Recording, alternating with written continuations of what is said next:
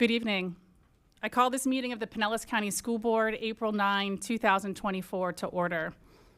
I would like to start this evening by acknowledging the unexpected passing of recent board member and friend to us all, Mr. Bill Dudley.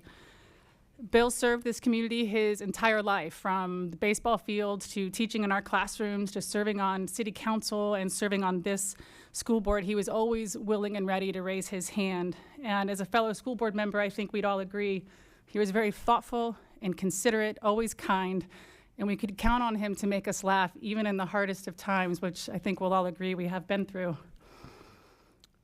He is missed and he is remembered. Please join me in a moment of silence to honor his life.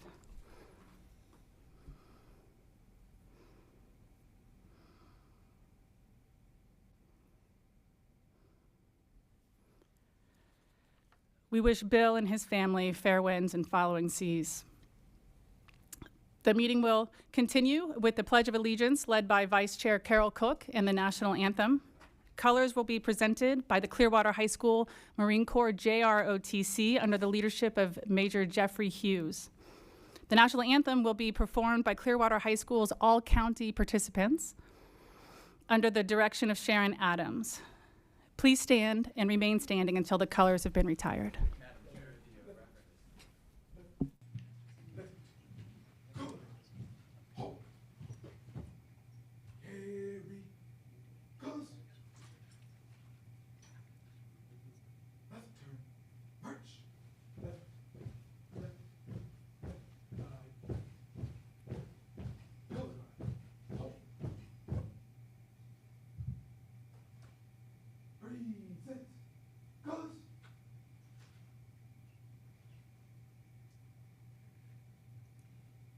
Pledge allegiance to the flag of the United States of America and to the republic for which it stands, one nation, under God, indivisible, with liberty and justice for all.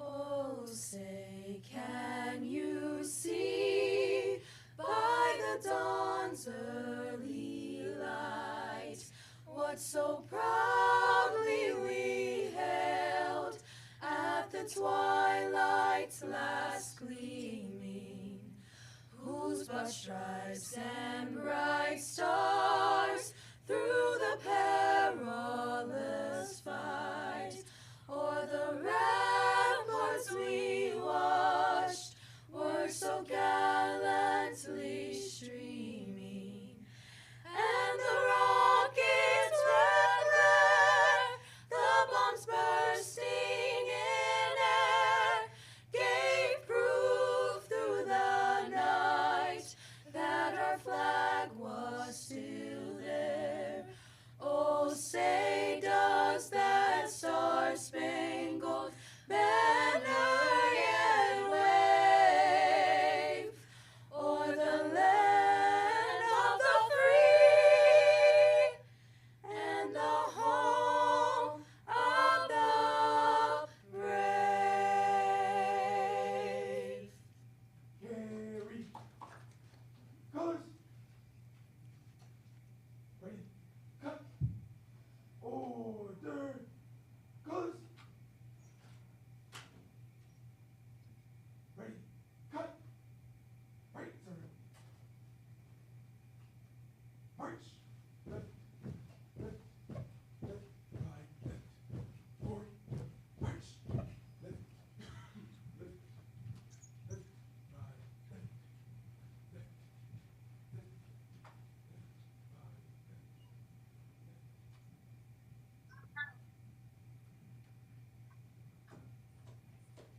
Please be seated. Can everybody hear me okay? At this time, our Clearwater students will be performing a song called Lift Our Voices, which is about unity and social justice and learning how to love everybody.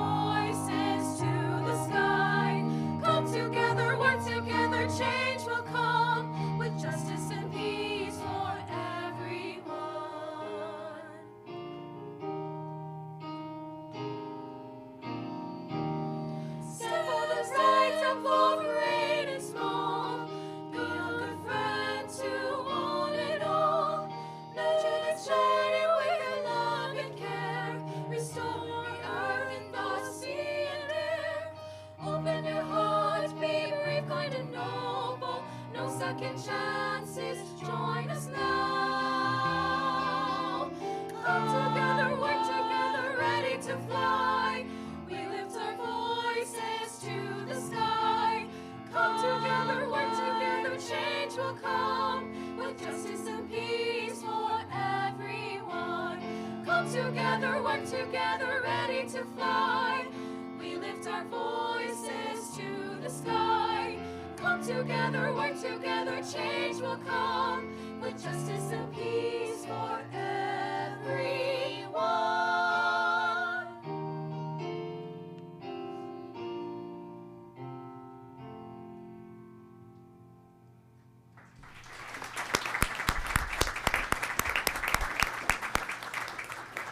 Thank you so much. Thank you, Mrs. Adams. And you must be very proud of your all-county participation. Thank you so much for being here this evening. We will now be led in an invocation by Pastor Carlos Sr. from New Hope Baptist Church. Welcome, Pastor.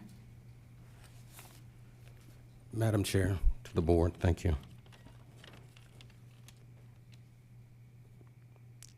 Dear Heavenly Father, as we gather here today, we come before you with hearts filled with gratitude for the opportunity to convene and discuss matters concerning education within Pinellas County School District. We thank you for the privilege of serving our community and for the dedication of all those involved in shaping the lives of our students. We humbly ask for your guidance and wisdom to be upon us as we navigate the decisions to be made during this meeting. Grant us the discernment to see the needs of our students and the insight to address them with fairness and compassion. We pray for unity and cooperation among the board members, recognizing the importance of working together for the betterment of our schools and the success of every student. May our discussions be fruitful, and may our actions reflect your love and grace. We lift up all students, teachers, staff, and their families, asking for your protection, safety within our school communities and beyond. Provide comfort and strength to those facing challenges, and grant them the support and resources they need to thrive. In your infinite wisdom, you have created us all with unique backgrounds, cultures, and beliefs. Help us to embrace and celebrate this diversity, fostering an environment of understanding, acceptance, and respect for one another. And Lord, as we conclude this prayer, we ask for your continued blessing upon the Pinellas County School District. Guide our steps, protect us from harm, and shower us with your grace as we strive to fulfill the mission of nurturing the minds and hearts of our students. Amen. Thank you, Pastor. We will now share a video showing Dunedin High School students diving into underwater drone design and construction. Let's take a look. Instead of just building land robots, we can build ROV that goes under the water. And the point of that is so the students could design, so they each have an engineering design notebook that they need to sketch out their plan, and then they start building. They build their ROV, and then we go to the big pool once they've built the obstacle course and the mission. So not only do they build their ROV, but they also build the entire course that they practice on. So the idea is the sea perch will open the door, we'll go through it and then close it, or in any sense, or we'll pick up bolts and bring it back to the surface. That way we can test if the sea perch actually works on the water or if we need to make some changes. And that's the beauty of this, is that we get to work with the NJRTC students. Eventually, if we have majority NJRTC, the Navy will fund some of what we do. And they've already provided some of the supplies. A couple of grams of adding metal to the rover, it starts to tilt. Sea perch is one of my passions. I've been doing it for a long time. I've worked on my ROV design for a very long time. I've learned a lot more about the actual science of how it goes into it, like what affects the ROV in the water, like the salinity affects how the rover runs. The depth of the pool, the size of the pool, everything affects how it works. It helps me see a reasoning behind what I'm learning. Everything that's behind me, we build it ourselves. We have to find the pieces, we follow instructions, we learn many stuff during the process. And it's been, frankly, it's been an amazing experience. That looks like seriously fun project-based learning to me. Wow. Next is item 1.6, Introduction of Professional and Community Organization Representatives. Isabel Mascarenas, our Public Information Officer. Good evening, Madam Chair, members of the board, Mr. Hendrick, and staff. It is my pleasure to introduce the following representatives of community and professional organizations. Representing the Pinellas Educational Support Professionals Association, Nellie Henez, President. From the Pinellas Classroom Teachers Association, Lee Bryant, President. Representing the North Pinellas League of Women Voters, Jean Reynolds. From the Pinellas Arts for a Complete Education Coalition, Sue Castleman.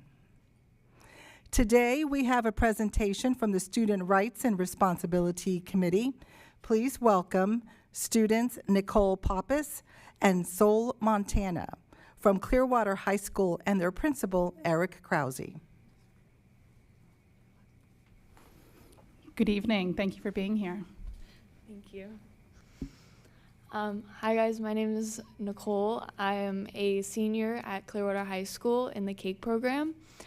I am also our senior class president, and I am vice president of our English National Honor Society, along with captain of our volleyball team.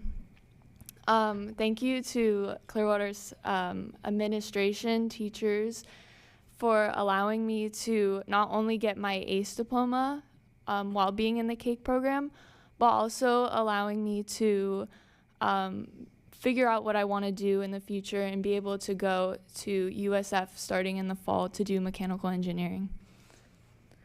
Now I'd like to share some points about Clearwater High School. All our academies have previously been designated as academies of distinction by Career Education Board through the Pinellas Education Foundation. This year, our CAKE program was named an Academy of Distinction with honors, and we were the only high school to receive this designation. Additionally, our CAKE program has also been engaged in Virtual Enterprise Capstone Project and has been previously won second place in the nation, competing against other schools and their online virtual faux businesses. We are excited that our CAKE and ACE programs were able to take their seniors on their annual New York City trip last month, and our juniors were excited to travel by train to Savannah this year and visit the financial district ports as well as the maritime railroad museums. The underclassmen students in the program were able to attend field trips to the Port of Tampa, Ybor City, Universal Orlando already this year. In addition to our daily tutoring after school, we've also partnered with the City of Clearwater this year to bring our extended learning program closer to home and help remove the transportation barrier. We have 2 teachers that are tutoring English and math at the North Greenwood Recreation Center twice a week. Clubs like Live Free Club and Save Club and others are up and running and meeting regularly. Our Marine Corps JRTC program continues to represent us well at numerous events throughout the district and state. We have been able to present the colors this year at over 24 community events, every football game, and will even present the colors for this Saturday's Tampa Bay Rays baseball game. Our Marine Corps JRTC academic team advanced to the 2nd division and will compete in February, hoping to advance to the finals in Washington, D.C. Out of 90,000 plus cadets in the U.S., only 710 Navy and Marine Corps JRTC cadets nationwide won the Department of the Navy's Office of Naval Research Navy Horizon STEM Scholarship. and 35 of the CHS Marine Corps JROTC cadets, or roughly 5% of the nationwide winners, came from Clearwater High School. These essays encompassed the cutting-edge STEM topics such as environmental science, aerospace, optometry, autonomy, and oceanography, which are influenced the future operations of the U.S. Navy and Marine Corps. Each winner earned a cash award of $200, totaling $7,000. This year, 41 of our Marine Corps JROTC cadets competed in the Iron Bear Challenge. This featured over 27 units from around the states of Florida. Our cadets performed amazingly and were able to capture first place of the third year in a row. Our Marine Corps JROTC drill team placed third in the Marine Corps JROTC regional competition in Moultrie, Georgia this year. And 39 cadets participated in Toys for Tots campaign, amassing over 120 hours of community service. 13 cadet seniors have enlisted in the armed services, and 1 cadet was accepted to West Point. It's obvious that our programs continue to excel, and I thank you for the continued support. We're extremely proud of our amazing extracurricular opportunities, and thank you again for giving us this opportunity to share. One of our members couldn't make it, so another couple of things is our civil rights ambassadors continued to work collaboratively with Pinellas County Schools and the NAACP and the City of Clearwater to maintain the memorialized African American cemetery located on the school board property in Clearwater. Most recently, our group has participated in the City of Clearwater MLK Breakfast and Parade, as well as the 7th annual night at the library in North Greenwood.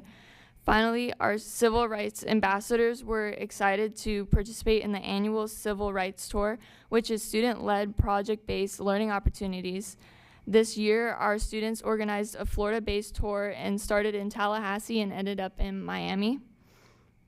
Over 20 times, we have received 5-star school awards for parents and community involvement, showing that our community is truly invested in our school. Now I would like to share some points of pride about our athletics. Last year, all of our sports teams had a combined grade point average of 3.149, and 16 out of 22 sports teams had a 3.0 grade point average or higher. Over the last 4 years, CHS has obtained 13 district championships, made 16 regional quarterfinal appearances, and 2 Final Four appearances. The varsity's boys football won the Mayor's Centennial Cup versus Countryside High School and advanced to the regional quarterfinals in the 3rd year in a row. This year, 15 varsity swimmers from CHS participated in the regional quarterfinalers and had 5 state qualifiers. This was the most athletes we have sent in the 25 years. This year, we both boys and girls swim teams were district champs.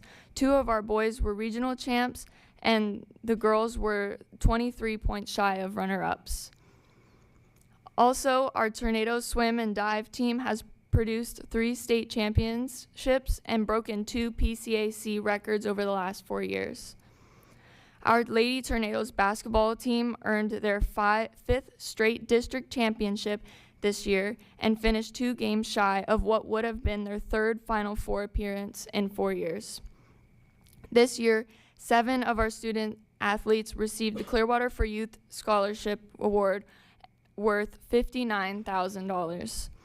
Our student athletes truly have a passion for our sports programs, and we appreciate your continued support and willingness to provide our schools with these amazing opportunities and facilities. Thank you for your time. Thank you. Young man? Greetings, everyone. I am Sol Montana, and I am a current senior at Clearwater High School. I have served my school over the past year as the vice president of the Clearwater High School chapter of the National Honor Society. I am in 5,000 Role Models and a CHS Civil Rights Freedom Ambassador. During my time, Clearwater High School has helped me grow as a person and work on my dedication towards academics. Because of that, I have also been planning for the future as I will be attending the University of Alabama. Because of my academic successes, I will be able to attend the University of Alabama tuition free. So I'm really excited about that.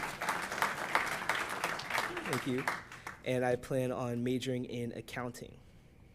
And I hope that I can continue to work towards being a student that Clearwater High School can be proud of in the future. So a few facts about Clearwater High School is that last year, Clearwater High received a C designation from the state of Florida, and we were only 18 points away from a B. We have a 95% graduation rate and an 88% acceleration rate, with 98% of the senior class accessing at least one college credit. This year's senior class is trending to meet or exceed a 95% graduation rate, and are projected to be above 92% for our accelerated curriculum. Regarding acceleration amongst PCS traditional high schools, we have led the district in this data point for 6 years now.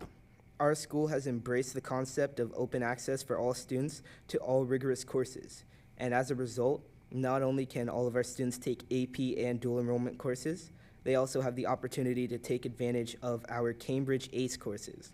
If a student receives their ACE diploma and they have the volunteer hours required, they automatically qualify for the Bright Futures Scholarship, regardless of their ACT or SAT scores.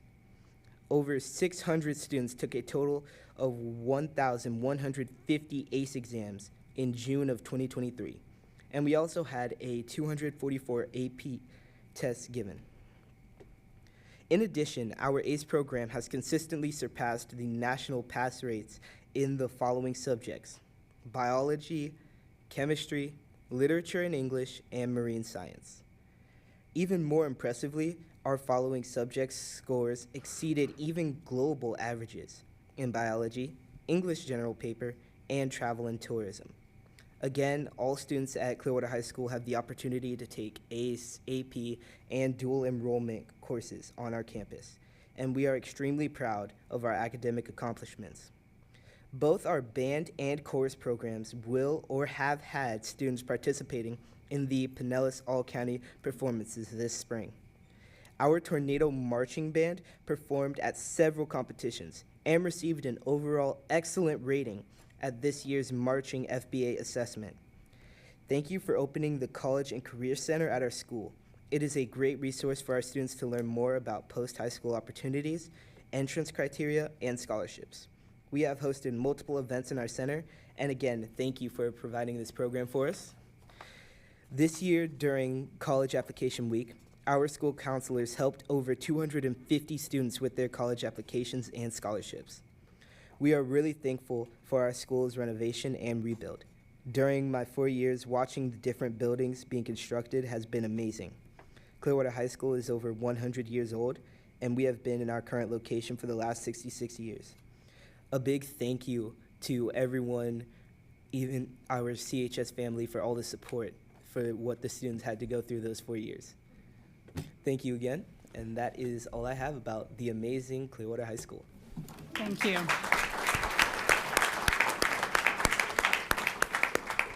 Thank you so much. You both represented your high school very well. Thank you for being here.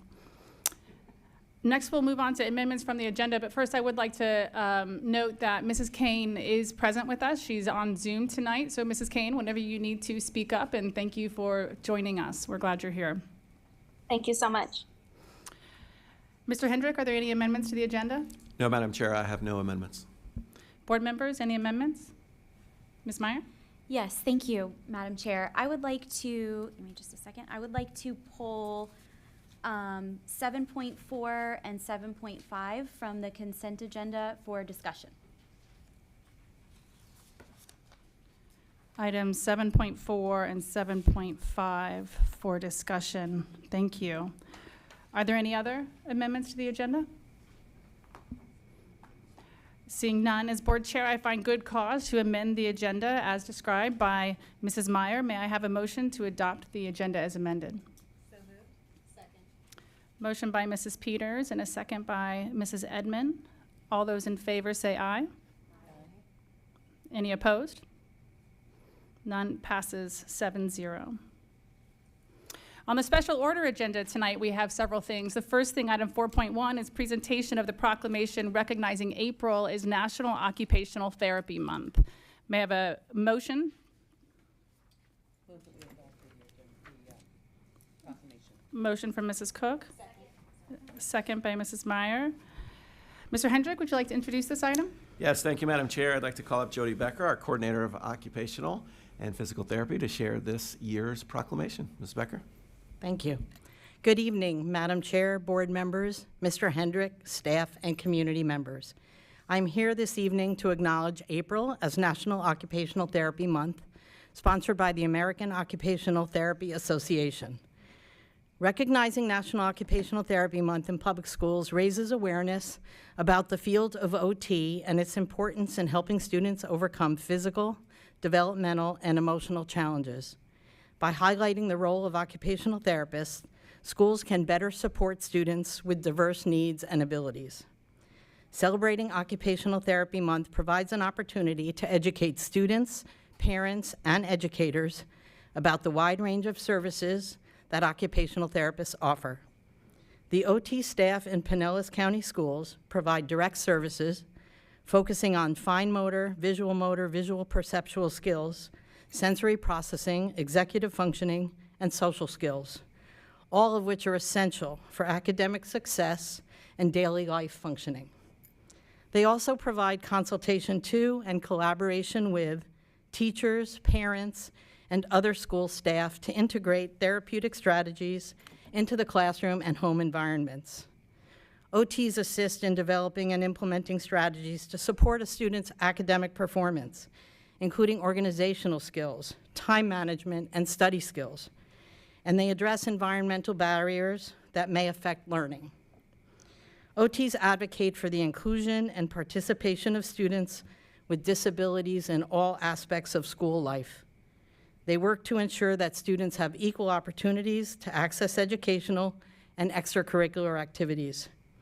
As a student with disabilities approaches graduation, OTs help them prepare for transitions to post-secondary education and employment. They provide guidance on developing life skills, vocational training, and accessing community resources. Recognizing OT Month can help reduce the stigma surrounding disabilities and mental health conditions by promoting understanding and acceptance. It fosters an inclusive environment where all students feel valued and supported in achieving their goals. Pinellas County Schools occupational therapists and therapist assistants are a group of dynamic, hardworking, and dedicated therapists. They demonstrate the core values of commitment to children, families, and the community, integrity, responsibility, and connectedness in the work they do every day. I am proud as their coordinator and as an OT myself to represent and recognize our occupational therapy staff for their dedication and hard work on behalf of Pinellas County Schools students. I want to thank you for taking the time to recognize them today. Thank you. Mrs. Peters, would you like to read the proclamation? Thank you, Madam Chair. Proclamation for National Occupational Therapy Month. Whereas the Pinellas County School Board of Pinellas County encourages options for an active and healthy lifestyle. And whereas the Pinellas County School Board speaks for the best interests of the public in recommending occupational therapy by a licensed occupational therapist to improve fine motor, visual motor, and daily living skills to access curriculum. And whereas through a national effort, the Pinellas County School Board and community members are encouraged to join together to raise awareness of the importance of occupational therapy during the month of April 2024. And whereas this effort will bring awareness to our schools, community, and around the country of the roles of occupational therapists in our schools. Now, therefore, the School Board of Pinellas County does hereby recognize April 2024 as National Occupational Therapy Month in Pinellas County Schools. Signed this 9th day of April, 2024. Thank you. Any comments? Thank you so much. Thank you. We'll vote on that. All those in favor of the proclamation recognizing April as National Occupational Therapy Month, say aye. Aye. Any opposed? Aye. Passes 7-0. Item 4.2, presentation of the proclamation recognizing April as National Autism Acceptance Month. May I have a motion to approve? Motion by Mrs. Meyer, second by Mrs. Long. Mr. Hendrick, would you like to introduce this item? Yes, thank you so much, I'm sure Madam you do Chair. approve of it. I'll let you do the approvals. So, I'd like to introduce Executive Director Lynn Mowat, who's going to share more about this proclamation. Ms. Mowat? Thank you.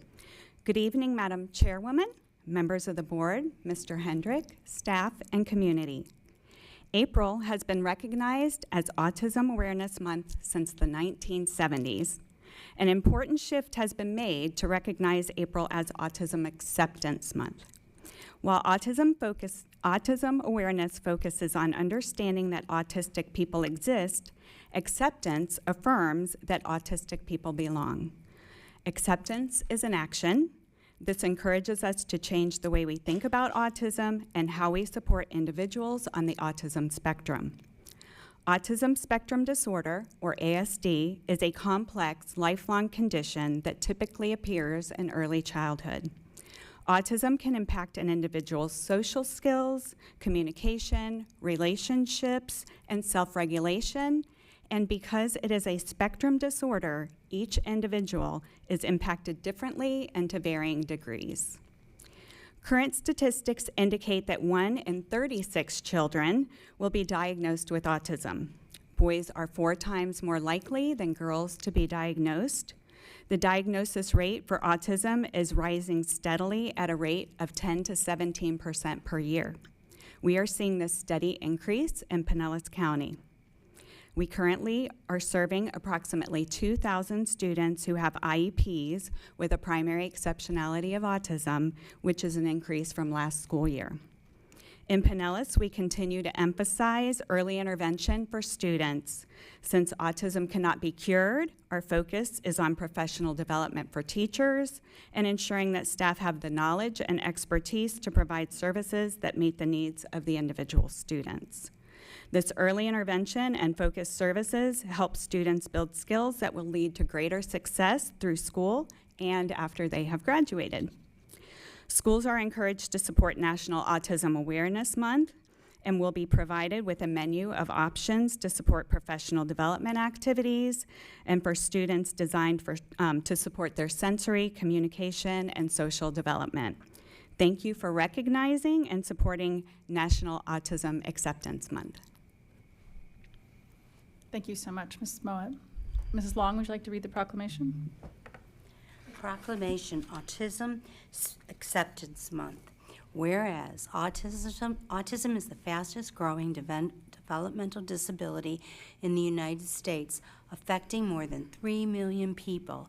And whereas autism is the result of a neurological disorder that affects the normal functioning of the human brain and can affect anyone.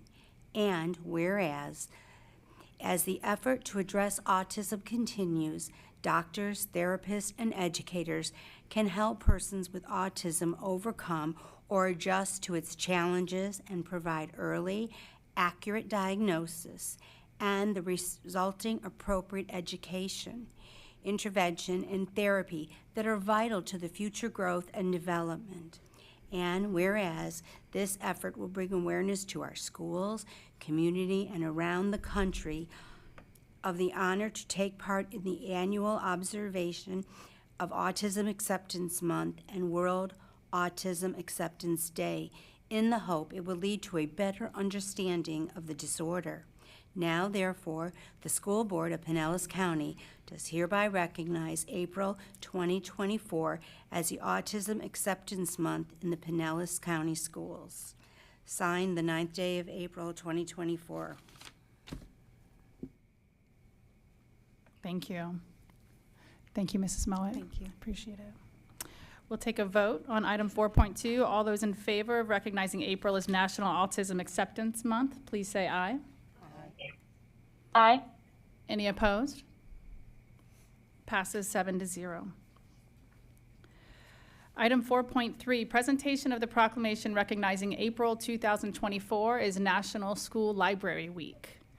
Excuse me, National School Library Month, not just 1 week, but entire month of April. May I have a motion? Motion from Mrs. Meyer. Second from Mrs. Cook. Mr. Hendrick, would you like to introduce? Thank you, Madam Chair. I call Bronwyn Slack, our program coordinator for library media, to the lectern to share with us more about this proclamation. Mrs. Slack? Thank you. Good evening, Madam Chair, board members, Mr. Hendrick, and the community. I'm here today to request your approval to recognize April as National School Library Month and celebrate the services that our library media programs and educators provide to our students in Pinellas County. Since our last proclamation, the Library Media Department is now under the Office of Student Experience. School libraries and their librarians have always had the student experience at the forefront of decision-making and programming. However, this year, the concept of the student experience and what could be possible through our libraries in Pinellas County Schools has been central to our thinking as a department. As a result of the success and excitement around our Boys Read program, we have expanded our district reading programs to now include Guys Read for high school students and have plans to pilot Guys Read in our middle schools during the 2024-2025 school year. I'm excited to announce that we are almost finished curating the book list for both Boys and Guys Read to make sure the reading experience is meaningful and enjoyable for all participants. Also, in a first for our department, we are facilitating a field trip later this month connected to In Harm's Way, one of our 2023-2024 Guys Read selections. Students and sponsors will have the opportunity to learn more about military history by visiting the American Victory Ship and Museum in Tampa. Through our district reading programs, we hope to continue this trend of engaging students in experiences related to what they are reading both inside and outside the classroom. Finally, National School Library Month is a great time to highlight some of the successes and events related to our school library media programs. Currently, we have 2 schools going through the rigorous Florida Power Library School process. Florida Power Library distinction is recognized each year at the annual Florida Association of Media and Education Conference. Additionally, we have special events going around the district this month. Our annual Battle of the Books district competition will take place on April 24th. And we have many schools that are planning for a school literacy fair event during the month of April. On May 9th, we will host our 2nd annual Pinellas County Schools Student Film Festival at Largo High School, and I look forward to celebrating with our student winners. In closing, I want to say how thankful I am for our library media professionals for all they do every day. I feel honored and proud to support this group of educators. I hope you will join me in celebrating and recognizing them in honor of National School Library Month. Thank you. Thank you. Mrs. Cook, would you read the proclamation? Yes, I will. Thank you. Proclamation for School Library Month. Whereas school library programs promote and encourage a love of reading and are influential in preparing students for lifelong learning through the development of information literacy skills. And whereas school library programs close achievement gaps for all learners by providing equitable access to all academic resources. And whereas school librarians play a critical role in supporting the instructional technology that is necessary to maintain a rigorous learning environment at each school. And whereas school librarians are instructional partners who directly support and enhance student achievement. Now, therefore, the School Board of Pinellas County does hereby recognize April as School Library Month, signed this 9th day of April, 2024. Thank you. I had the opportunity to attend both the Boys Read and the Guys Read battles here in this chamber, and it was exceptional. I really loved seeing the high school boys competing. I mean, that was awesome. Just that energy in the books, and they were rifling through it. You could tell they were discussing the different passages, and there was a team of boys who had been gathered by their high school wrestling coach, Boca Ciega, I believe, right? So the Boca Ciega High School wrestling coach had gotten his team together to compete in the Guys Read battle. How awesome is that? I mean, I just thought it was so great. So thank you for those programs and many more that you do. They're exceptional. We have to vote on item 4.3 for April 2024's National School Library Month. All those in favor say aye. Aye. Any opposed? Passes 7-0. Item 4.4, presentation of the proclamation recognizing April as National Volunteer Appreciation Month. May I have a motion to approve? Motion from Mrs. Edmond, second from Mrs. Long. Mr. Hendrick, would you please introduce? Thank you, Madam Chair. Our final proclamation, I call up Dr. Seymour Brown, our Director of Strategic Partnerships, to honor our volunteers. Thank you. Madam Chairperson, board members, Mr. Hendrick, staff, and the community, I am proud to stand before you to recognize April as National Volunteer Appreciation Month, and it is done such and to recognize the hard work, dedication, and passion of our volunteers. Across Pinellas County Schools, volunteers play a vital role in the success of our schools and students. They support our students and teachers in a variety of ways, including mentoring and tutoring, chaperoning field trips, helping in the classroom, supporting front offices, acting as guest speakers, and serving in leadership roles in various organizations such as the Parent Teacher Association, School Advisory Council, and booster organizations. The district currently has over 24,000 active volunteers who have provided over 450,000 hours of community service so far this year, which would equate to $4.5 million in salaries. Their dedication and generosity of time makes them an invaluable resource for every school and in the district. And that is why I'm standing before you proud to present this proclamation. Thank you. Mrs. Edmond? Volunteer Appreciation Month. Whereas the month of April has been designated nationally as Volunteer Appreciation Month to recognize the hard work, dedication, and passion of volunteers throughout our nation. And whereas this year, more than 24,000 volunteers in Pinellas County Schools have given over 450,000 hours of their time, along with their talent and resources to our schools, which is a testament to the commitment and generosity of our community. And whereas the School District of Pinellas County commemorates Volunteer Appreciation Month by recognizing its valued volunteers through events and initiatives at the school, district, and state levels. And whereas Pinellas County Schools believe that the district alone cannot meet all of our schools and students' needs, so we partner with individuals, businesses, faith-based organizations, nonprofit organizations, and foundations in our community to make a difference. And now, therefore, be it resolved that the School Board of Pinellas County and the Superintendent hereby proclaim the month of April as Volunteer Appreciation Month, and urges all to observe this month by taking time to recognize and acknowledge the positive impact of volunteers in Pinellas County, who give so unselfishly of their time and talent in our district. Signed this 9th day of April 2024. Thank you. I know we have several volunteers that we get to recognize tonight here. That's wonderful. We also, several of us got to participate in a breakfast with many more recently, and we all just want to extend our thanks to all of the volunteers in Pinellas County Schools. You make a difference every single day.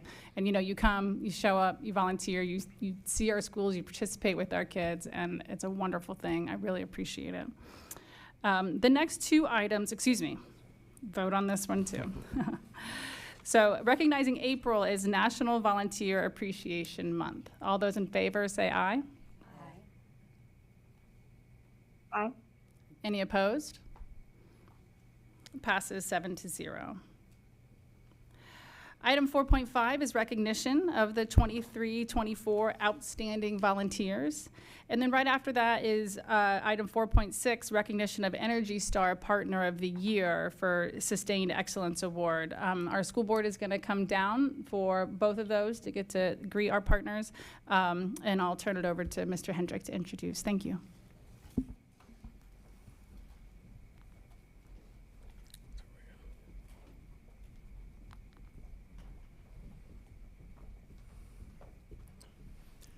Thank you, Madam Chair. And as our board makes their way down in front, I want to call on Dr. Seymour Brown again, our Director of Strategic Partnerships. He's going to share a little bit more about how we've honored some of our outstanding volunteers, share some of their recognitions, and then we'd like certainly to have those individuals meet our board, take a picture, and recognize the great work that they've done in our schools. Dr. Brown? Thank you, Mr. Hendrick.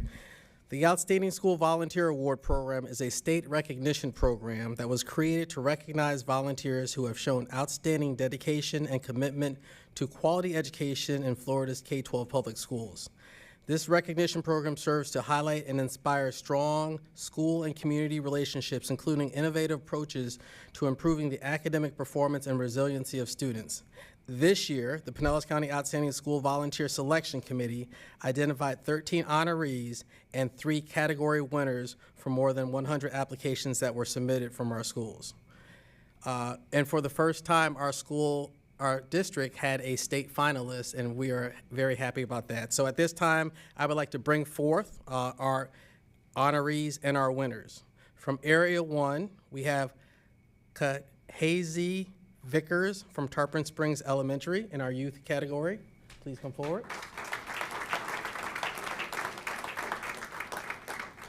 And I think I'm gonna go through without the applause to kind of get you through here, and then we'll give applause at the end. So please, if you would just go forward and you can shake their hands. In our adult for Area 1, Allison Ladano, Cypress Woods Elementary. In our senior category for Area 1, Shane Shannonbrook from Dunedin and Highland Middle. In Area 2, in our youth category, we have Madison J. Joanna from Safety Harbor Middle. In our adult, David Sneed, Ridgecrest Elementary. And our senior is William Schmidling from Oak Grove Middle, who is also our state finalist in the senior category.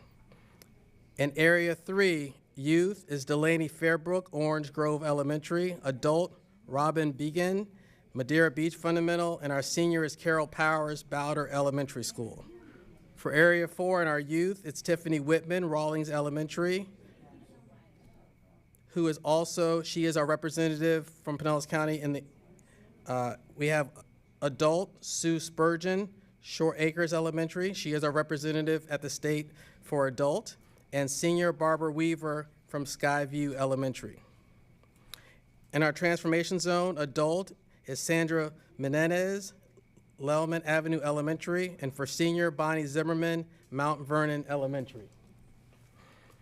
And our exceptional and alternative centers, adult is Linda Reynolds, Nina Harris, ESC Exceptional Center, and our senior is Josephine Gibson, Nina Harris, ESC Exceptional Centers. Now,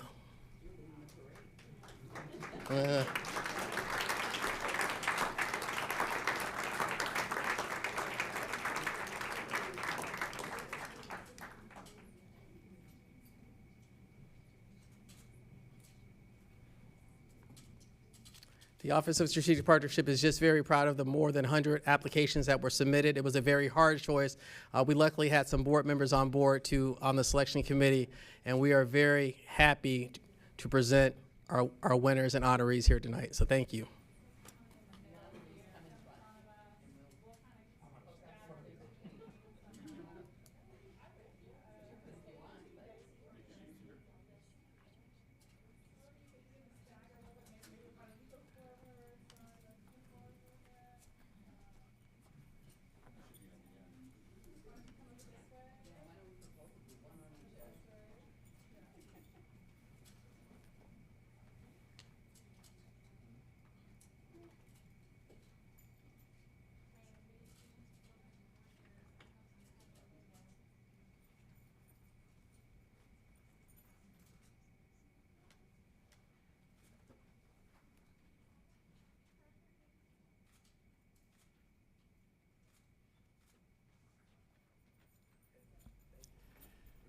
Thank you once again to all of our volunteers.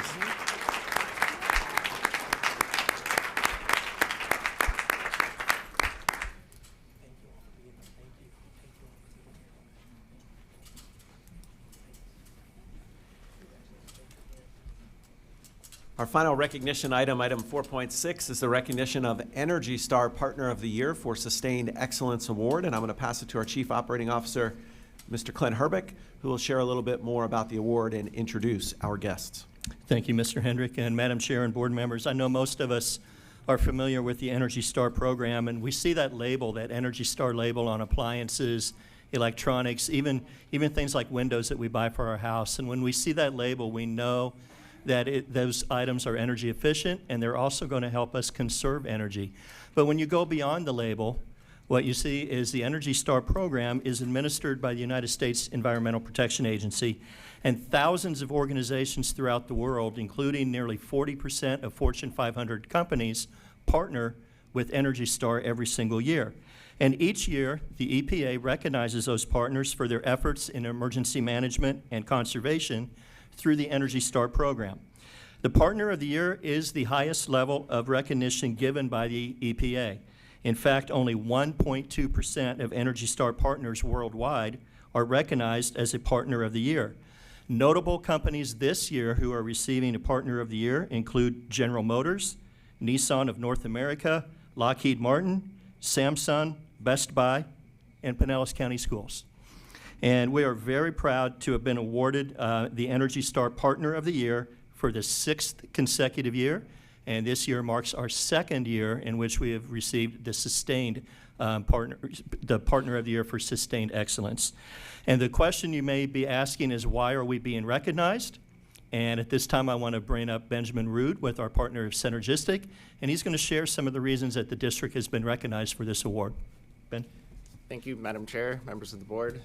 It is always an honor to be able to get up before you and just really it's bragging on the district. So it starts off with a team mentality, both with Synergistic and with Mr. Herbeck's, his facilities department, and even down to the teachers and the students all buying in and understanding that there's little things that we can do throughout the day that help just save a little bit of energy, and that adds up to dollars that can be refunded back into the schools and to the district, and also just what we do to help better the earth and the environment. So this last year, the Pinellas County Schools had 53 sites that are individually recognized as Energy Star buildings.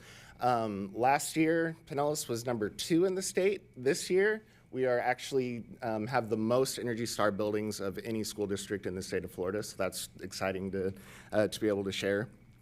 Since the start of our program, back in 2015, the district has now seen almost $60 million worth of energy costs that didn't go out to your vendors, didn't go to Duke. You got to keep that within your organization. So that's savings that you were able to redirect into a lot of different initiatives, and that's very exciting that we were able to see those savings. Last year alone, the district saw about 35 million kWh reduction. So that is a big number, and I'll try to quantify it a little bit better for you.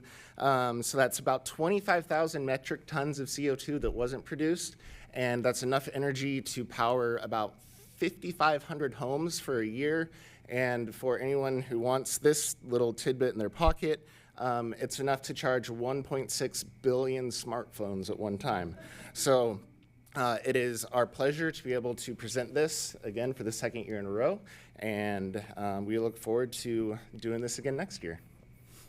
And I would also like to say that I want to congratulate Synergistic, who's recognized for their 14th consecutive year as Partner of the Year award, and I want to thank the board for your leadership and direction in this program and allowing us to go forward with the program and achieve these fantastic results. So thank you.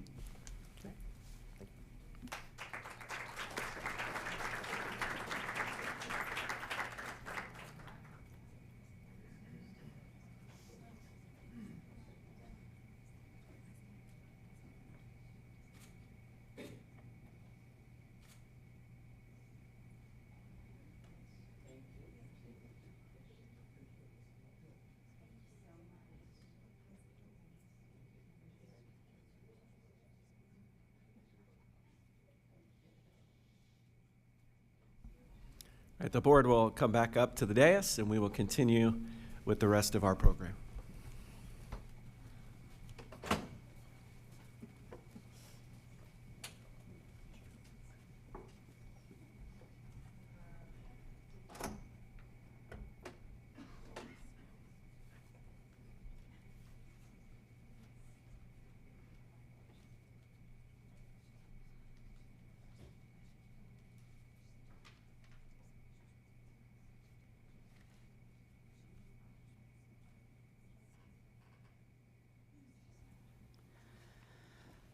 Our next item on the agenda is item 5, public comment on agenda items. Mrs. Hauk, do we have any speakers to agenda items today?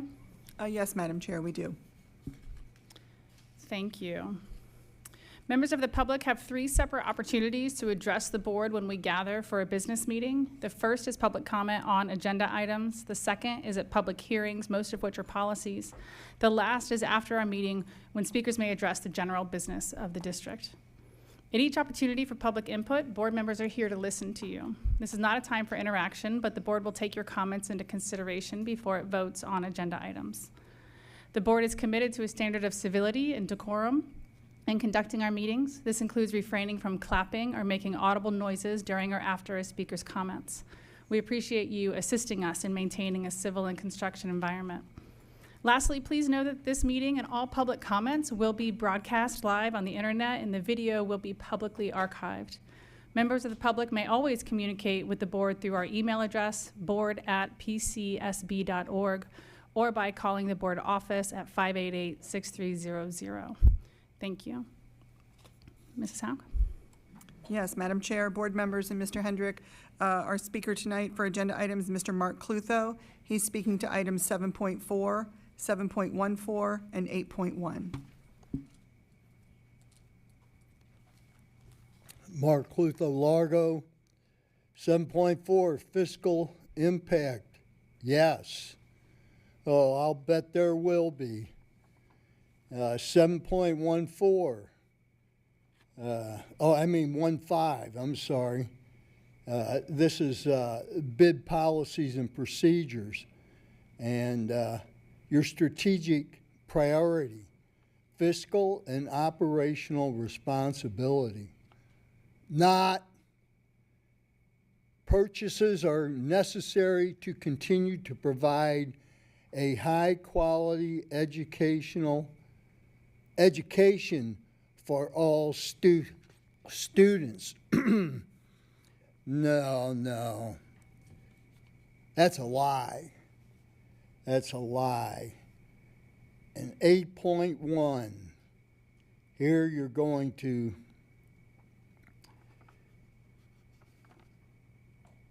go with Pinellas County for building improvements to schools, for emergency hurricane shelters.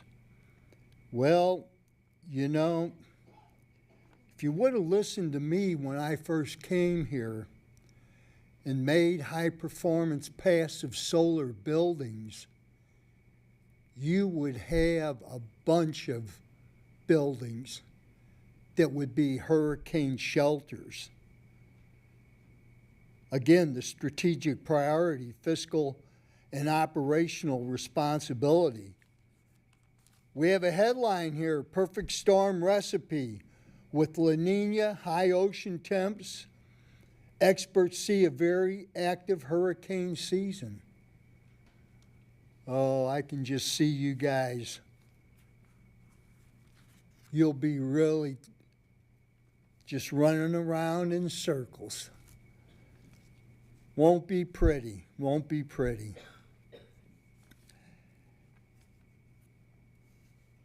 But,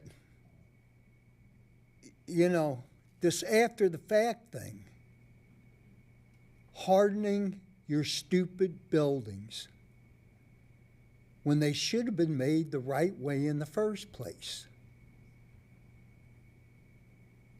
Now, this is sheer stupidity. The high-performance passive solar building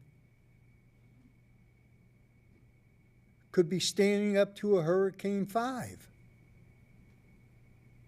But you do stupid things like that Clearwater building that's going to fuel hurricanes, regardless of this notion.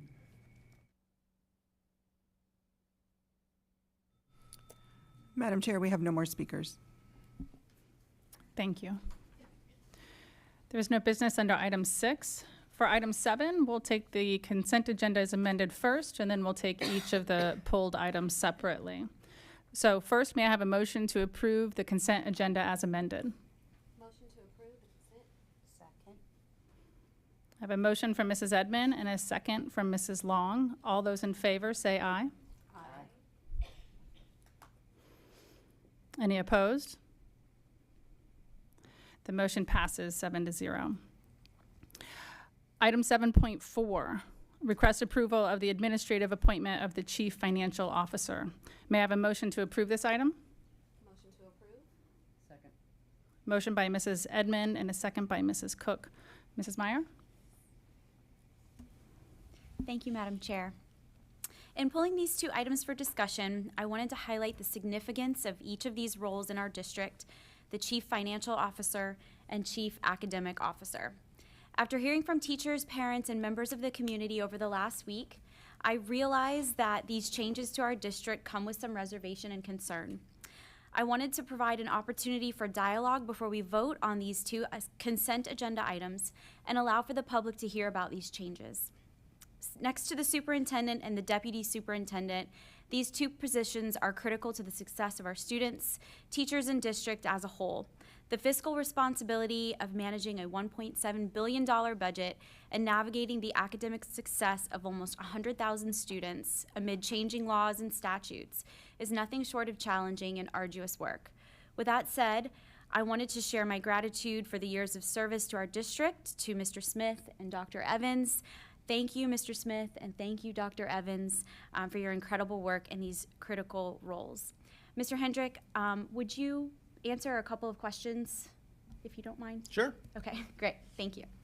Okay, so first, could you share some detail in regard to what the job descriptions for each of these roles are and how essential each one of these positions are to our district? Absolutely. So first, just for the Chief Financial Officer, I think that's the item we're on first. The Chief Financial Officer oversees the $1.7 billion budget, as you said. That includes not only the revenue of that, but the budgeting, the payroll, the auditing, property records, accounting, all of those functions, bid purchasing, all of those functions. They also handle the budget process, the millage rate, the tax roll, our bonds that we have, all of that, the capital budget, which is part of the $1.7 billion. So it's a massive role, and the job description is pretty clear, but it encompasses each of those. Okay. Can you also share the qualifications, experience, and expertise of the candidate for item 7.4, since we're doing them separately, and why you feel this candidate is the most qualified for this critical role? I can. I mean, the appointment is mine to make, but in terms of why this individual, we did a national search, and one of the things that I talked to the board about this when Mr. Smith shared his retirement with me, and by the way, replacing 27 years in Pinellas County Schools, the last, I believe, 12 as Chief Financial Officer, 41 years in finance is not easy. And so we wanted to have an opportunity for a national search and some layover for that. So there was an opportunity to work with Mr. Smith, and I appreciate the board's agreement to do that. So if approved tonight, Mr. Jefferson will start on the 16th and have about 4 weeks of time to work next to Mr. Smith. His background in particular, the last 10 years as a Chief Financial Officer and a Chief Operating Officer of a company in Arizona. And prior to that, 20-some years in finance, business, economics, and meets the qualifications. And 66 applicants. Not all of them, I would say, are qualified to take Mr. Smith's spot, but certainly Mr. Jefferson is, and we're excited to see him in that role. Okay, thank you. Is there any other discussion on 7.4? Thank you. All those in favor of approving item 7.4 say aye. Aye. Any opposed? Passes 7-0. Item 7.5, request approval of the administrative appointment of Chief Academic Officer. May I have a motion to approve 7.5? Motion to approve. Second. Motion from Mrs. Edmond and a second from Mrs. Long. Mrs. Meyer? So I just basically have the Sure. same questions on, Sure. for you. If you'd like me to repeat them, I can. I've got them. I've Okay, got thank them. you. So first, just to acknowledge Dr. Evans, who's in the back, 24 years, I think 25 years in Pinellas County Schools, 30 in education. Very happy to have him come back and join our district when I became superintendent. This particular position was the one I previously occupied, so I know it very, very well, probably better than most. And just the general oversight in that position is all of pre-K through 12th grade education, as well as our current technical colleges and our adult education programs. So it's everybody from 3 years old to, I think our oldest student right now is in their 80s. So everybody in between. It includes pushing student achievement for the school district. That is the main function, is to drive student achievement.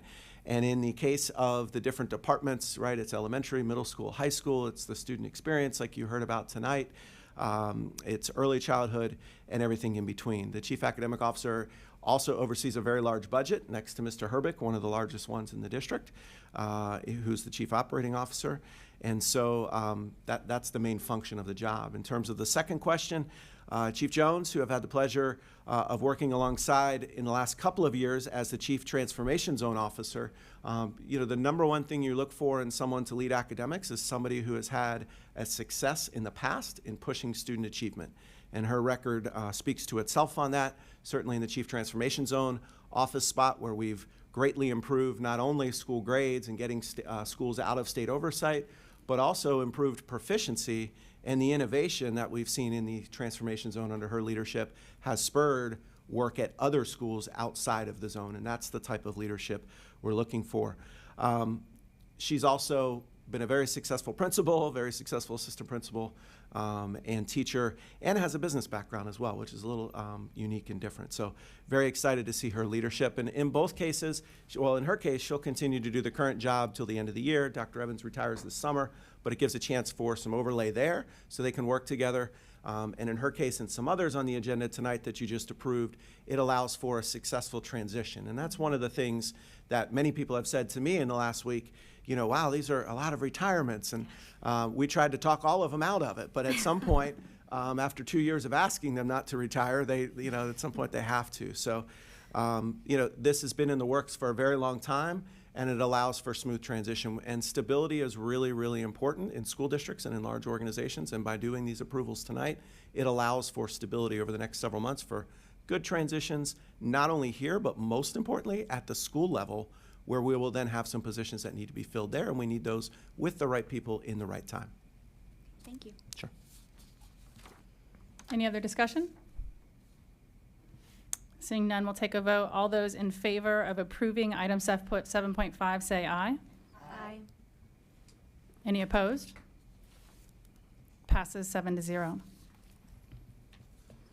Under the non-consent agenda, we have one item tonight, item 8.1, request approval of the amendment to Memorandum of Understanding with Pinellas County for building improvements to schools identified as emergency hurricane shelters. May I have a motion? Second. Motion from Mrs. Edmond and a second from Mrs. Meyer. Mr. Hendrick, would you introduce this item? Thank you, Madam Chair. In addition to preparing for all the end-of-year things that we do, like graduations and award ceremonies, we also are preparing for hurricane season. And so we're beginning the training and the work that we have to do on the back end. And one of those things is our relationship with emergency management, and that goes on year-round. And this item just happens to be coming at this time of year, and I'm going to pass it to our Chief Operating Officer, Mr. Herbick, to talk through this relationship and the update to our agreement. Thank you again, Mr. Hendrick and Madam Chair and board members. As you know, state law requires that school districts in Florida partner with their local emergency management office to make non-charter schools in the district available for hurricane and emergency sheltering. And for decades, Pinellas County Emergency Management has turned to us to provide those shelter space. And today, we provide about 95% of shelter spaces in Pinellas County.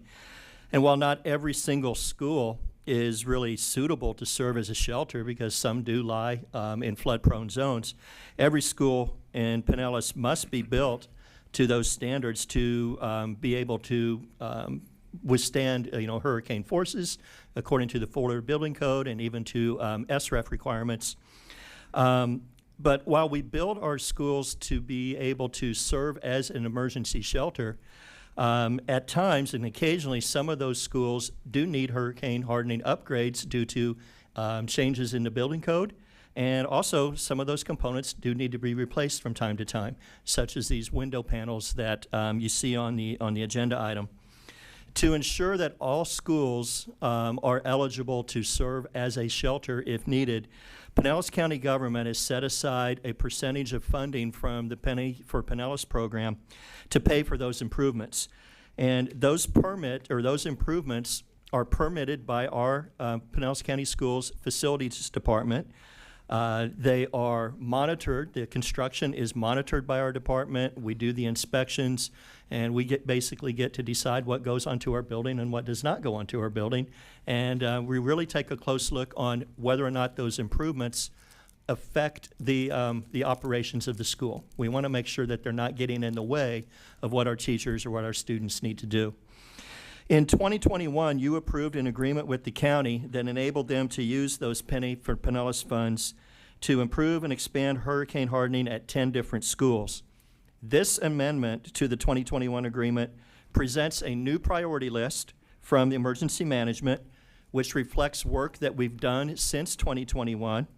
It also deletes East Lake High School due to the fact that recent slosh models indicate that it may be in a flood zone, and updates estimates for the work for the materials and installation costs. If you approve this tonight, this will be forwarded to emergency management, who will then present it to the Board of County Commissioners for final approval. If approved by the Board of County Commissioners, we will expect work to commence this summer. And again, as you see when you go through the scope of work, most of this work is really centered on replacement of window panels called Exeter panels, and I believe Exeter is a brand name, but it's Exeter panels to protect the windows. All of our new construction that you see that's going on in the past about 12, 15 years have all included impact windows. And so a lot of schools, you will not see those panels, but these schools that need to be used as a shelter, who do not have impact-resistant windows, that's the purpose of the panels.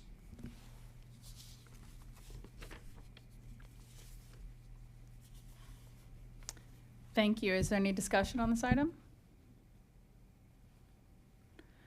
Okay, with that, we'll take a vote. All those in favor of item 8.1 say aye. Aye. Any opposed? Passes 7-0. New business, items introduced by the superintendent. Thank you, Madam Chair. I did address two of the leadership changes just a moment ago, but I wanted to acknowledge a couple of others that will be supporting the board in our efforts in our district strategic plan that were just approved. One, to replace Mrs. Jones as the Chief Transformation Zone Officer later this summer, Lakeisha Lawson, the current principal at Fairmount Park Elementary School. Long successful career as a principal in the district, and we look forward to her leadership. And also the Minority Achievement Officer. Nobody mentioned our retiring Dr. Brinson, who's in the room tonight, who's been with Pinellas County Schools since 2017, but he is going to be wrapping up a 50-year career as an educator in Hillsborough and Pinellas County Schools. And I'm pleased that you approved Kathleen Young Parker, the principal at Campbell Park Elementary School, principal at several other schools in the district, prior to that, to lead that role this summer. And again, really appreciate the board's support in doing these transition periods to allow for some layover and communication between the current and soon-to-be leaders in those roles. A couple celebrations for the district. This week we found out that Pinellas County Schools was recognized by the National Post-Secondary Strategy Institute as a Power of Hope winner. Our district received the recognition for our work in school counseling and guiding students in their post-secondary plans. We have been a NIPSI, the Post-Secondary Strategy Institute partner, for a while, but this is the first time we've been recognized with a national award. I want to congratulate Valerie Santos and all of our school counselors on their great work. We also received this week the award for the best communities for music education in the nation. We've received this now for the 5th consecutive year, but I'm here to tell you it's not an automatic award. The designation is awarded to districts that demonstrate an outstanding commitment to providing all students with access to music and music education. It's time for families, if they haven't done so yet, to register for Summer Bridge. Summer Bridge registration is open, and it's a great way to keep students engaged and in learning over the summer. It starts on June 3rd, and our enrichment programs, our summer camps, mostly take place in July. Check our website to see which camps are still available. We look forward to serving students over the summer. Our transportation ridership campaign is wrapping up. In fact, if you're here and you have a child in the district, you got a phone call at 5 o'clock tonight because we want to know if your child needs transportation next year. So please fill out that form in Focus so we can properly plan routing for our students. Our ESE parent survey is underway for parents of students with disabilities. This is from the State Department of Education. We've sent out reminders to those families to make sure we have your information on how we can best partner and promote parent involvement in their child's education. Our district student assignment office is looking forward to the second round of special assignment requests for next year. It's open through April 15th. These opportunities are for families who want a different school other than their neighborhood school but did not apply during the magnet and fundamental school process. So check the website for more information about special attendance permits. Award season, as the board is well aware, is underway. We've had 3 academic awards ceremonies in the last, 7-8 days, the Carwise, Verl Davis, and Maria Edmonds Awards, and we are going to have more coming, starting with the program to recognize initiative and distinction in education, or PRIDE. Nobody knows what that stands for, but that's what it's for. The PRIDE Awards, which are now about 35 years in the making. We have that coming up this Monday night. We have the board recognition event for all of our regional and state champions coming up. I believe that's May 1st, the honors breakfast, and many, many more in the next couple of weeks. And I appreciate the board's support in recognizing our students across the district. Just last week, we had students from St. Petersburg High School here in Conference Hall presenting to myself, members of my staff, a couple of board members were here on how to best use artificial intelligence in public schools. Student teams from St. Petersburg High School who participated in the Junior Achievement 3DE program won the opportunity to come participate. We had 4 finalist teams. Their presentations were fantastic. And we selected one who's going to consult with the school district on these efforts over the next couple of months. And the board and public will be able to hear more about that at our upcoming workshop next week. We'll have some of the students from St. Petersburg High School there. Their winning team was called Team Green Machine, in case you're wondering. Also want to congratulate Boca Ciega High School, who was recently revalidated as an AVID National Demonstration School for their work in providing systems and collaborative learning for students for college success. Boca Ciega was first chosen as an AVID National Demonstration School in 2017 and is one of 3 national demonstration schools in Pinellas County, including Eastlake Middle School and Northeast High School. They undergo a rigorous validation process and are required to be revalidated every 4 years and represent the top 1% of AVID schools in the nation. I also want to congratulate Madeira Beach Fundamental student Braden Lyons, a 7th grader who earned a spot at the National Geography Bee in Orlando coming up in May. He placed first in the regional competition, and his score was so high that he's already guaranteed a spot in the international competition in Vienna, Austria this summer. Good news for us, he wants to be an international diplomat, and knowing your geography is a helpful first step on the way to being a successful international diplomat. I want to wish best of luck to our Pinellas County Schools all-academic team that's competing in the Commissioner's Academic Challenge this weekend in Orlando. They compete Thursday, Friday, and Saturday. We look forward to hearing how they do. And also for all of our families attending the Pinellas County Schools Day at the Rays game this Saturday, 4 o'clock start. We have Principal Barry Brown was selected to throw out the first pitch from Gibbs High School. He's been working on his fastball. And as you heard earlier, Clearwater High School's Marine JROTC will be presenting the colors. And finally, tonight, I'd like to recognize one of our employees for their demonstration of core values. And tonight's honoree is Anthony Burgess, a school bus driver. He was recognized by a principal in our district who said, as part of my afternoon routine before dismissal, I walk through the bus loop to make sure our driver's needs are being met. When I checked on driver Anthony Burgess from Route 619, I had to stop and take a closer look. The inside of his bus was adorned with positive and inspirational quotes that were made by his middle school and high school students. He had encouraged them to bring their own artwork to create a more positive and uplifting space for themselves and the elementary students who ride his bus. It's drivers like Mr. Burgess that are exactly what our students need to start and end their day. Thank you, Mr. Burgess, and all of our employees for the work they do in Pinellas County Schools each and every day. Thank you, Madam Chair. Thank you. Items introduced by the school board attorney. I have no report this evening. Thank you. Thank you. Items introduced by the board. I have something I would like to share. I've had several community members and staff recently, and maybe you have to ask me where we are with the cell phone policy. we had sent the survey, we'd asked for a lot of input, and then we haven't said much. But we did have a March 5th workshop about it, so I'd like to update the public on where we are with the cell phone policy and our discussion that we had at our March 5th workshop. The presentation that was shared with us, as well as the minutes from that meeting that share our discussion, can be found online. If you have trouble with that, you can contact our office. We'll help you find those. So my summary of where we are in this, and I'm certainly welcome being corrected, is this. After really an entire academic year of research, discussion, and consideration across our schools and families, the proposal that was made by leadership and received initial acceptance from our board at the March 5th workshop was this: to make the cell phone policy uniform across Pinellas County Schools, essentially none in elementary school, none in middle school, and some in high school. And as is always the case in our schools, individual accommodations will be made as needed for medical or other extenuating circumstances. Students and parents can always talk to their school leadership about their needs. Now, when I say some in high school, that means no phones in class, except for academic purposes specifically guided by their teacher.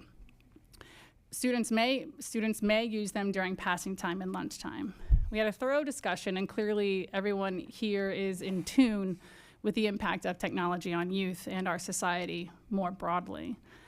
My understanding is that the policy as presented will be cleaned up with some of the terms better defined as requested, and then will be our school board meeting for our first reading in 2 weeks on April 23rd, and then there will be a second reading and a school board vote. As with all policies, your input is welcome at any point in between now and then for certain. I would just share that, last summer when I raised this topic as a school board workshop item, I was ready to just throw all the phones in the river. And certainly as a mom, I still am, right? Now, since then, I have done an immense amount of reading, research, but most importantly, I've been to every single high school in this district and spoken with every single principal and walked the halls during changing time and sat in cafeterias to observe. We've also heard research through the Health and Human Services Leadership Board and also our Juvenile Welfare Board, both national research and local data on this. So I do now have come to the point where I do support the sum in high school, but I do so hoping for these 3 additional things to happen. One, I think our teachers and administrators need quick, clear, and consistent consequences to be applied, and both for use and for content. Those are 2 different things. One, student won't put their phone away, it's a problem. That's a use problem. Content problem, if they are creating or promoting content on a school campus that damages our campus or personnel within it, that is a whole nother level of consequences. And there should be 2 different consequence paths there, and we should take that very seriously and swiftly. The second thing that I would like to see, we know that in-person socializing is a vital part of the school experience and growth. So I'd like to see really purposeful encouragement and support of our student leaders creating and facilitating connection during their lunch periods. We already see this at some of our high schools. I don't know if any of you have been to Hollins High recently, but they have a human-sized chessboard out on their lawn with big pieces. They play soccer in the back or football. There's a lot going on during lunch at that high school. And there's another high school that has games set up and competitions and things like that. So it's already happening organically, but I'd like to see some purposeful encouragement, challenge, and also the resources that we need to give them to make that kind of socialization happen. Ms. Peters, I know you brought that up, how important that is. I agree with you. And I just want to share with you what I see. So being at those schools, walking around in passing time, and even during lunchtime, I kind of assumed, they're all going to have their heads in their phones. You wouldn't believe how many don't. You wouldn't believe how many are goofing around with their friends and having a great time and talking with each other. Do they have to send their family a message, or do they have to do something? Yes. And are there some that are sunk into that thing so far that it's a problem? Yes. But I do want to tell you, by and large, our kids are pretty amazing. But the third thing that I would say is education. I think that many people have come alive to how phone and technology can, yes, elevate us and elevate our work in the world, but it also changes us. It changes our neurology, our relationships, our assumptions. I was speaking to a 10th grader in January, and I asked her, do you know how these things are changing us? Do you know what they're especially doing to the young mind that is still developing? And she said, teach us. And I think she's right. There are at least 2 programs that I've seen that offer K-12 digital citizenship curriculum. And I think as we roll out this new, more strict cell phone policy, it's also an opportunity for us all to become smarter users of them. So, you know, they are just too revolutionary of a change, just like automobiles. They are not going anywhere. These phones are sticking around. We've got to learn how to use them and leverage them and mitigate any damage. So we've done some digital literacy and digital citizenship in Pinellas County Schools, but we could do more. So I would like for us to investigate integrating a more thorough digital citizenship curriculum through our K-12 schools. Remaining on the topic of technology, I wanted to share with my colleagues that we had a meeting of the Health and Human Services Leadership Board last week. It was around the topic of technology and youth. We had heard national health and safety data. It also is a significant safety concern presented in December, but then at this recent meeting, it was very localized for us. It was localized both by the Juvenile Welfare Board and by Pinellas County Schools. And there is great interest across the county agencies in seeing if there is something that we can develop and implement that has a positive impact on the health and safety of Pinellas County vis-a-vis technology. So ideas that came up were maybe a collaborative legislative platform around this topic, and a public information campaign came up. Did you know that since Juvenile Welfare Board started a public information campaign around sleep habits, infant sleep, they have cut in half the number of infant sleep deaths in Pinellas County? That's all from a public information campaign. That's incredible. So done well, they can be very, very effective, and this might be a place our county will consider that kind of investigation and investment. So I'll share notes and presentations from that meeting once they're available, and we'll continue to work over summer on the next steps of that Health and Human Services Leadership Board around this topic, and I'll keep you posted. Thank you. Ms. Edmond, I see your name. Oh, excuse me. Oh, I'm sorry. Go ahead, Mrs. Long. You wanted to? Yeah, I'm also on the committee. And I think one of the most important things that I saw, and it really hit home, was a high school student had written, when we're learning to ride our bikes and we fall off, you don't throw the bike away. You teach us. And then it went on to say, we might be using our cell phones wrong, but teach us how to use it right. That concept that they, you just don't give them a smartphone and say, here, go on, get Facebook. I know I'm behind, I don't even know the new apps, but they're right, teach them. Teach them the dangers of some of these apps and show them how a cell phone can be used properly and safely, but then show them the dangers too. And when I read that and I saw, it was a high school student that wrote it, it was like, yeah, what a great comparison. You don't throw the bike away. Your kid's going to get scrapes and come in crying, and I remember those days. But, you teach them. And I think that's what the high schoolers really want. They want to be taught how to properly use, because this is going to be a part of their life until the new technology comes out, and it will. Mrs. Edmond? Thank you, Mrs. Hine, for your report. I would just like to confirm that the cell phone policy would be brought back to the board at a workshop for discussion, as it was mentioned during that time. May I respond, Madam Chair? Please. Thank you. It's not slated to be on our workshop on April 16th. We certainly can add it there, or May 9th. Our direction on that day was to clean up the language, but we were not talking about substantive changes to the policy. The policies that we were talking about were the bullying, harassment, and others, and those would be brought back. If the board would like us to bring it back, we certainly can with those definitions. Madam Chair, may I see if there is interest in bringing the cell phone policy back to the workshop because there's the potential to have additional edits and conversation that might be needed at the dais if we don't. I think that's a good idea. So the first reading was scheduled for April 23rd, and we do have that April 16th workshop. So if there are a number of questions, would other board members like to see it at workshop again? Lots of head nods. So if we could add that to the April 16th workshop agenda. We may need to amend the agenda that's posting in a moment, but sure, we can do that. No problem.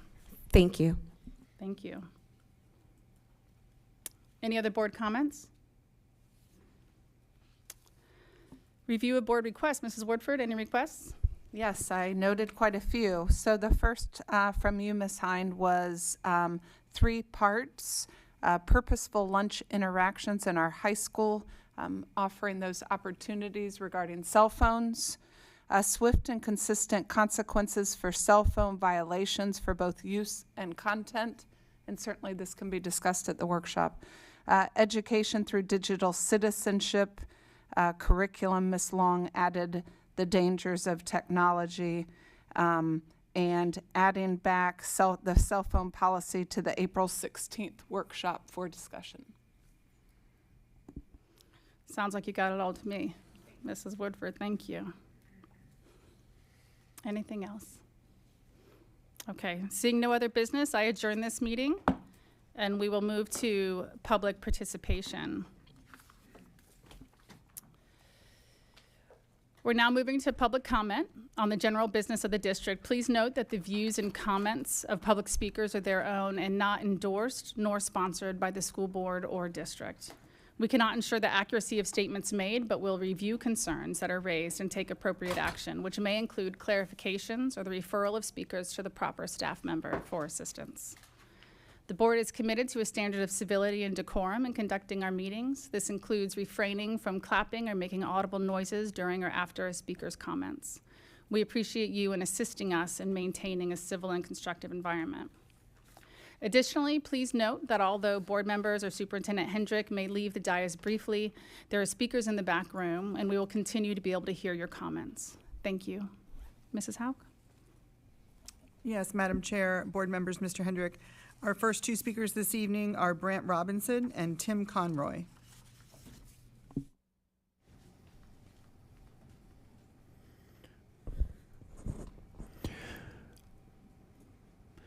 Good evening, Madam Chair, members of the board, Superintendent Hendrick, and staff. I hope you guys are having a great day. And as always, my name is Brant Robinson. I am in my 27th year teaching social studies and history at Dunedin High School. And as always, I'm so grateful and so honored and so humbled to be here with you tonight. You know, as we wind down the school year, I want to share something with you all. And as I share it, I really want you to think about not only your reaction to it, but what may have led to your reaction. I know how incredibly involved all of you are, but you know, I say this with tremendous respect. You know, one of the things that we teachers rarely talk about on campus is teaching and learning. And if you really think about the art and science of teaching, to go through an entire school year where you can only remember maybe 5 or 6 conversations where you actually sat down with a colleague and talked about the nuts and bolts, all that went into your lesson planning, all that you mapped out so you could make sure an activity or a strategy really worked effectively. And I say this again with tremendous respect. I want to urge you as we wind down this school year and we move into the planning for next year. We have such limited time for training. So whether it's preschool, whether it's district-wide training, or the limited time we have for training the year, I want you to strongly consider how we might have principals be more mindful of time where teachers can actually collaborate. So often trainings are done with the best of intentions, but they're often topics that are chosen for us when what we might actually need is the opportunity to sit down and just have somebody else listen to us, have somebody else explain what went into that activity, that story you chose, that technique you used, how you handle situations where you have excessive attendance issues or other problems in your classroom. You know, that doesn't just come in your first year of teaching. Now, I say this as somebody with no disrespect to my principal. I have a wonderful principal at Dunedin High School. Jim Kiblinger, thank you so much for doing an outstanding job. I have wonderful faculty at Dunedin High School. But I want us to be mindful of the fact that over the last 15 years, one of the most devastating and consistent statistics in public education is almost half of all public school teachers leave the profession before the end of their 5th year. And we also know the last 3 or 4 years has been about a 35% reduction in the number of young people who want to go into the profession. And what this means is that in the last 2 decades, with standardized testing and all the pressures that standardized testing puts on us with our pacing guide, knowing that a vast majority of teachers are on an annual contract, and at the end of the year, their job is more tenuous because they're considering how well their students have done on those results, that's a lot of pressure. And what that means is we need to have time to talk to each other and collaborate, and we need to be the ones in charge of actually the conversations that we're having. That would lead to a workplace where people felt more validated, and of course, knowing fair process and restorative practice. I want to thank you all for considering that. Thank you again. Be well.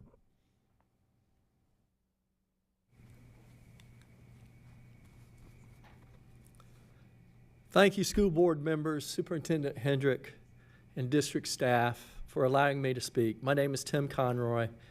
Since April is Autism Acceptance Month, let's take a moment and thank those students with autism who have taught us that a room full of people with autism is as diverse as this room full of people. That definitions of intelligence cannot be limited to expressive language skills. That when given opportunities and provided support, students on the autism spectrum exceed expectations. Let's recognize their parents. They're on duty 24 hours a day, 7 days a week, advocating for their sons and daughters' unique needs. They often feel it's Groundhog Day, repeating and reminding adults about their child's needs while doing it gracefully. Like other parents, they want their children to have positive post-secondary outcomes. Some of these students will go on to college, others will gain competitive employment or enter other post-secondary opportunities or training programs. We must provide these students with the appropriate education, job training, and opportunities they deserve. Let's take a moment and appreciate the collaboration required for effective individualized education plans to be designed. It requires creativity and problem solving from parents, students, administrators, early interventionists, behavioral experts, special education and general education teachers, job coaches, advocates, professionals like occupational therapists, speech therapists, and others working together to design a plan that meets the student's unique needs. The student must have the appropriate support, but these professionals also need the proper support and training. This month, as we celebrate students with autism, let's examine the district's data and honestly appraise that we are not yet where we need to be in serving students with autism. Let's celebrate Autism Acceptance Month through a renewed commitment to providing effective early intervention, including applied behavior analysis services, more robust transition goals, providing planning time and support for teachers and instructional assistants, and by hiring more job coaches and identifying more job sites to improve post-secondary outcomes for all students with autism. Let's remember, when parents and professionals enter the IEP meeting willing and open to engage in meaningful conversations about the unique needs and strengths of the student, better outcomes are possible, and they will be the result. Thank you. The next 2 speakers are Lee Bryant and Michael Johnson.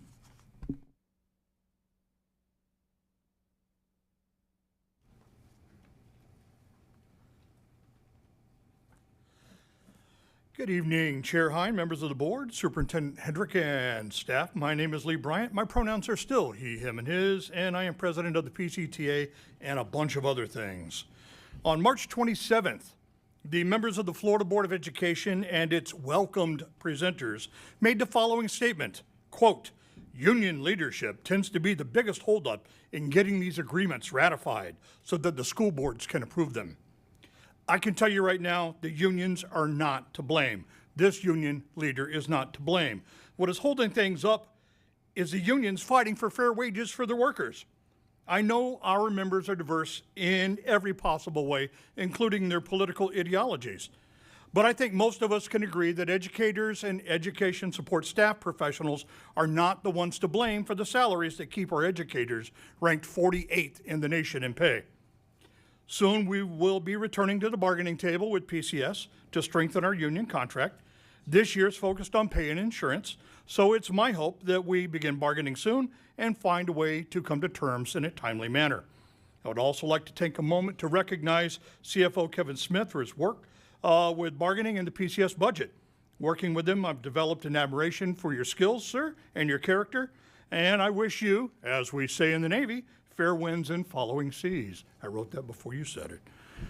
How much easier would his job have been if the state of Florida had funded our schools properly? The budget surplus in Florida for the last 2 fiscal years was $40.5 billion surplus. And yet Florida was 48th in teacher pay. Now with the massive increase in funding, it looks like Florida may jump all the way up to 47th in teacher pay. I wish it were a joke, but it's not funny to our employees in the school system. Next year, the 2025-2026 school year, is an open book year for PCTA, and we want to get started on strengthening the language in our contract to reflect our members' needs and wants. I'd like to look at cleaning up a few simple things to start with, like the language regarding mandatory work duties such as graduation. I've heard a few complaints about it being on Saturday this year. The language in that contract has not changed on that since 2015. It needs to be updated.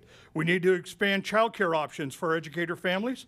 And one thing that really puzzles me, the word bereavement appears in our contract only one time, and that is in the section in the sick leave bank. How can a family-forward institution like the school system not offer bereavement for its workers? Many of our workers have hit the stage in life where we raise kids and take care of our aging parents at the same time, and yet no days off when one of those parents or a family member passes away. We can do better.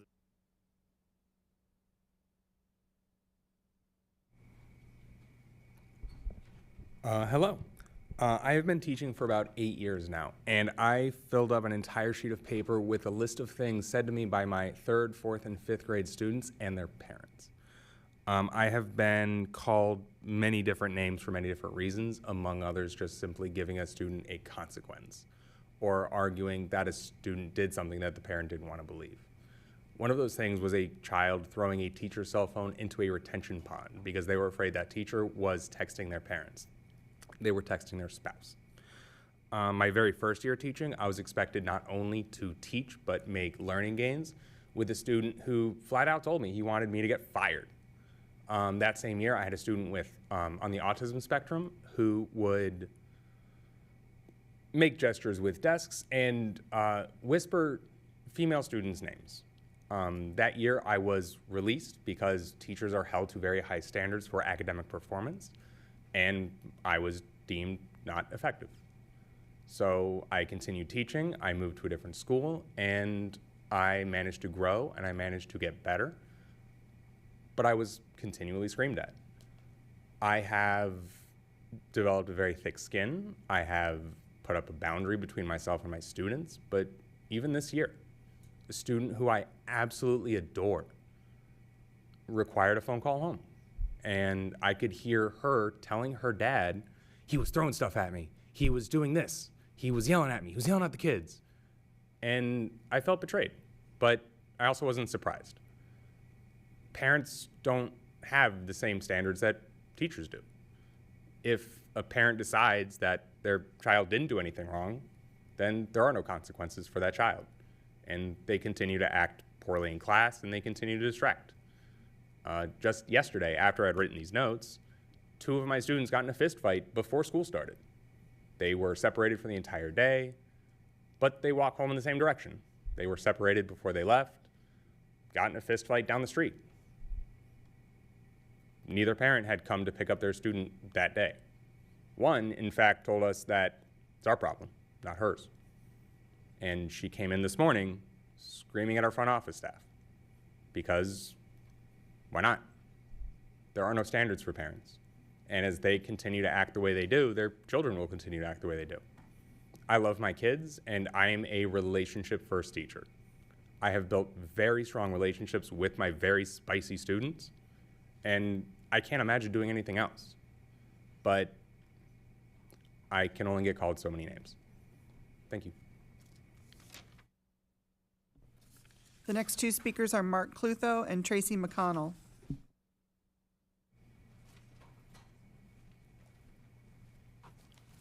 Mark Clutho, Largo. Did you read the column in the paper? The mom's for stupidity up in smoke. It's a good one. You have to find that. Yeah. I was just chastised. I can't exercise my First Amendment right here and show the future warmongers the book by General Smedley Butler, War is a Racket. Now you'd think the schools would embrace the First Amendment. I'm going to have another meeting with my attorney. That's not going to fly. Not going to fly. Boy, I'll tell you what. I hear the biggest lies here. You know, you with that Energy Star bull. And you made your buildings so that they're going to stand up to the storms, but now we have to do these retrofits. Which is it? So now we have the column, or big article here. Can we engineer our way out of a climate crisis?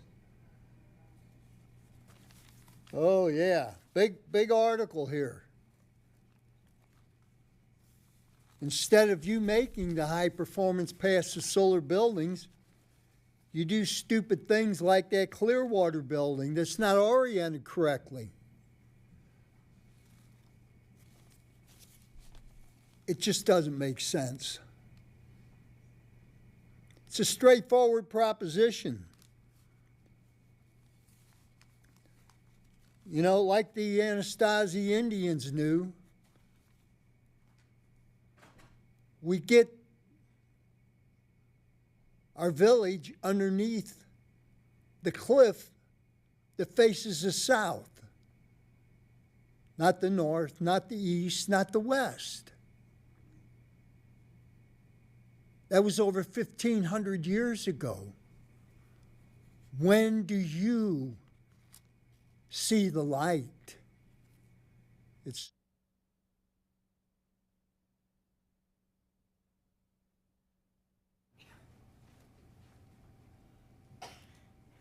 There are two big reasons why teachers quit the teaching profession.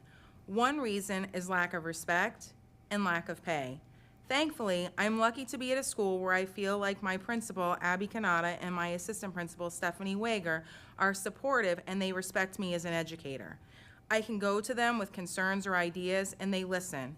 They realize that when teachers and administrators team up, the students always win. I know that I can come here and speak to all of you and you listen. Last year, when I shared my concerns about curriculum, Holly Slaughter came and spoke with me at my school. Then when I had concerns about the number of tests that were given, you made the math end of the year summative optional. When I came to the last meeting and shared my concerns about my student who needed help with a possible IEP, an eligibility meeting was scheduled for her. Sadly, that's not the case at all schools. I know lots of teachers who feel they can't ask for help or share their concerns because they're afraid of being a target. This needs to stop. How can teachers become great without the support of their administrators? Unfortunately, I am affected by lack of pay. This was made crystal clear to me earlier this year. My husband is an ESE assistant and we have two kids that are both in the Warhawk Marching Band. As you all know, the band was really celebrated this year because next year they will be going to the Rose Parade. After the first parent meeting, we learned it would cost about $7,000 for both of my kids to go to the parade. My daughter said to me, "It's okay, Mom. We know that you don't have the money to send us. It's no big deal." But it was a big deal to me. Here my kids were getting the chance of a lifetime, and I knew there was no way they were getting there selling chocolate bars. Despite the fact that I have been teaching for 19 years, tutoring 4 afternoons a week, and teaching crochet 2 mornings a week, we were not able to pay for our kids to go to the Rose Parade. This is why my husband and I started donating plasma. My husband and I each give plasma twice a week to pay for our kids to go to the Rose Parade. Not only am I selling crafts to get them to the parade, but I'm selling my blood too. It will take my blood, sweat, and tears to get them to that parade. I am one of the lucky ones. At least I'm not being forced out of my apartment because of rate hikes. Pinellas needs qualified teachers. Until you give raises that keep up with the cost of living, you are going to continue to have a tough time hiring and retaining teachers. Please remember this whenever we are at the bargaining table this year. Thank you. The next 2 speakers are Micah Carwile and Daniel Amend.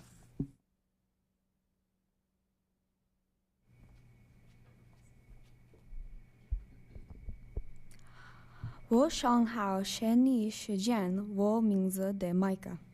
Good afternoon, and thank you for your time. My name is Micah. Your mission is to provide the best opportunities for all students to succeed and gain the highest student achievement. I would not have been able to make that introduction without Mandarin being taught at Eastlake High School. Doesn't it go against this to limit the languages offered for a student to learn? At Eastlake High School, there are only 3 languages: Chinese, French, and Spanish. The Spanish department takes up a whole hallway. There was only 1 French teacher and 1 Chinese teacher. 2 years ago, we used to have German. And 5 years ago, we used to teach sign language, an American language that only broadens our methods of communication diversely. They were removed to save budget. Chinese was threatened last year but kept due to the number of kids taking it. Now Chinese is being taken away again. I understand that budgetary decisions are made by the school board, and that is why I'm here before you today. I will tell you why this class is important to our school. Eastlake is the only high school in the county with a Chinese program, with the exception of private middle schools. There are approximately 100 students learning Chinese at Eastlake. This gives it an allure to students wanting broader language opportunities in the county, yet it is under threat at the moment. I was told it's budget cuts, but my question is, why are we cutting language classes? Why cut a program that broadens the minds of students and expand diversity and cultural awareness? I've been a Chinese student for 3 years now, and I can easily say it's my favorite class. Xie Laoshi ensures that we are exposed to culture along with language. Each language has its own style, idioms, cultural references, and heritage. It has given me a new perspective on many things. I've been able to connect with people I never have on a personal level, in their language. I was able to hold a conversation with a cashier at an Oriental market. Her face just lit up when I attempted to introduce myself. I wasn't even that good yet, but she said it's effort that matters. My neighbor Yang Shi was delighted when I introduced with, 我名字Micah, 你怎么样? I've been able to learn about her life and experiences because of that introduction, how she came to America and the struggle she faced there, how she is super smart and has an engineering degree, how she hates cats because her sisters would chase her around the house when she was little. Not everyone is accepting in our country, and her English isn't that good, so she tells people to call her Sissy, even though that isn't her real name. So I'm grateful for the knowledge I've learned to be able to communicate with her. I was given an opportunity to learn Mandarin at my high school, and I do not regret it a single bit. There are 120 classes at Eastlake. Only 1 is Chinese. Eastlake is the only high school to offer Chinese. Everyone I've told about this class asks how hard it is. I tell them it's pretty easy grammatically. It's just the characters that are. Thank you.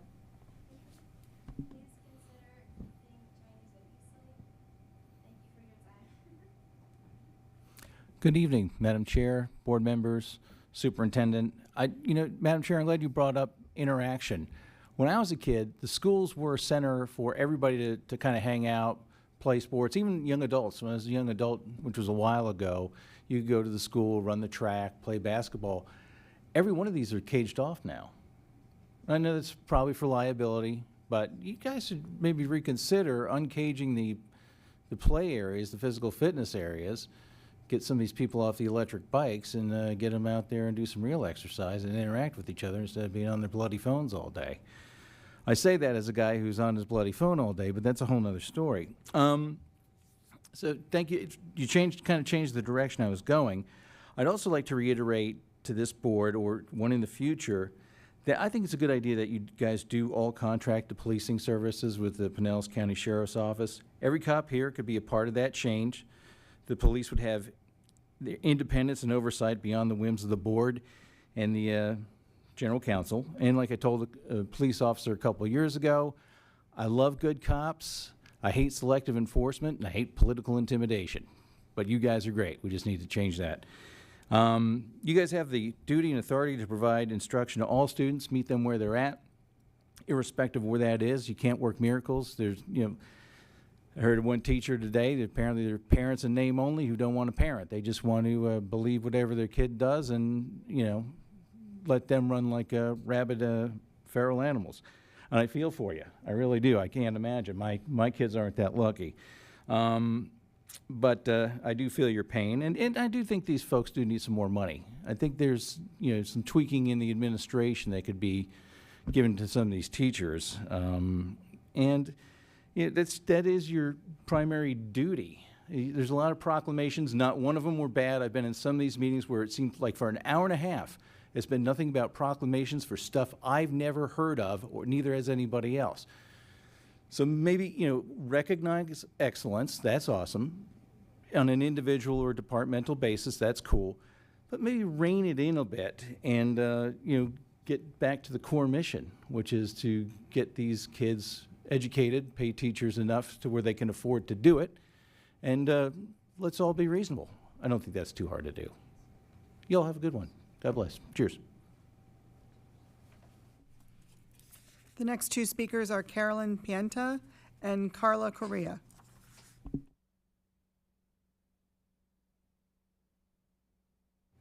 Hi, Carolyn's not here, so I'm Carla. I'm here to urge that the district find the money to pay our school nurses a living wage. Over the past several months, I've had the pleasure of getting to know some of the nurses here in Pinellas County, and I've learned a lot. I've learned that a lot of them are working second and third jobs and have to live outside of the county because they're actively getting priced out of the county and they can't support their families on the salaries that they make, which are on average $30,000 per year. I've learned that oftentimes they don't just work for one school, but they're split between multiple schools, frequently leaving schools with no medical professionals. I've also learned that they deeply love their jobs, so much so to the point that they've sacrificed their standards of living to provide unwavering care to the children of Pinellas County Schools. Every school needs a full-time nurse. Their workload has significantly increased. They are now evaluating more students and staff and the occasional parent or caregiver than ever. Not only are they evaluating more students, but they are now committing more time to also following up with those families after, providing them support, return to school dates, answering medical questions, and guiding them to resources. In addition to in-person triaging, they're also triaging students, staff, and family members by phone.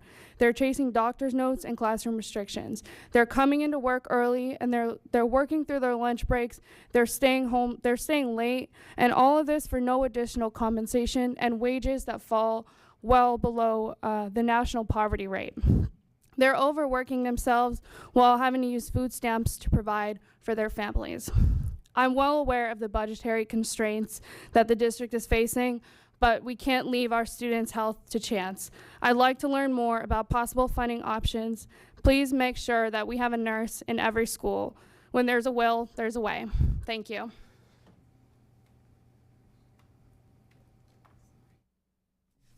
Madam Chair, there are no more speakers. Thank you. This concludes this evening meeting. Thank you for being here.